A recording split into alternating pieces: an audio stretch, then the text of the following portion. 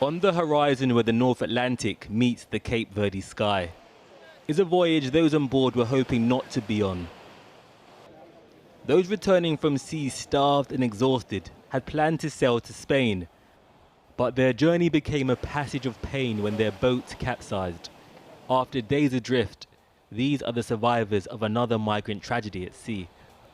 Today, there are more than 60 feared dead. Tomorrow, many more will take a deep breath and hope they will defeat the odds. Given what the world is going through right now with migration issues, it means that all of us, all nations, have to sit down at the table and see what we can do so that, above all, we don't lose any more lives at sea. This rescue boat is docked in Sal, an island in Cape Verde popular with British tourists. But this is not where most survivors come from. The majority started their journey here in Senegal. This urgent rescue was just weeks ago. 16 died when their boats capsized. A slow exodus of young men in this West African nation has been a bonanza to smugglers, but at a cost no one should have to pay. At 6 a.m, I went down to get the kids ready to go fishing. From what I saw, we saw 3 people, then 5, and then there were a dozen bodies that they pulled out of the water. All the young people have to understand that it's not worth it.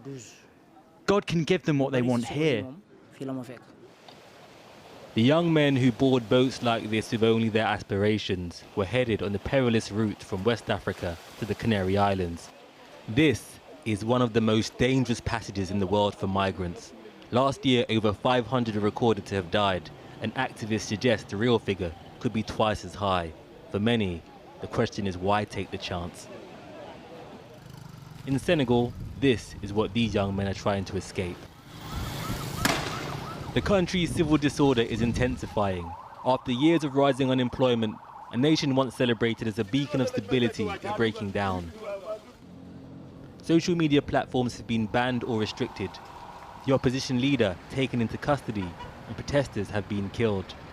This is why some young men have gambled on the seas, knowing they could be next to be buried on the beach.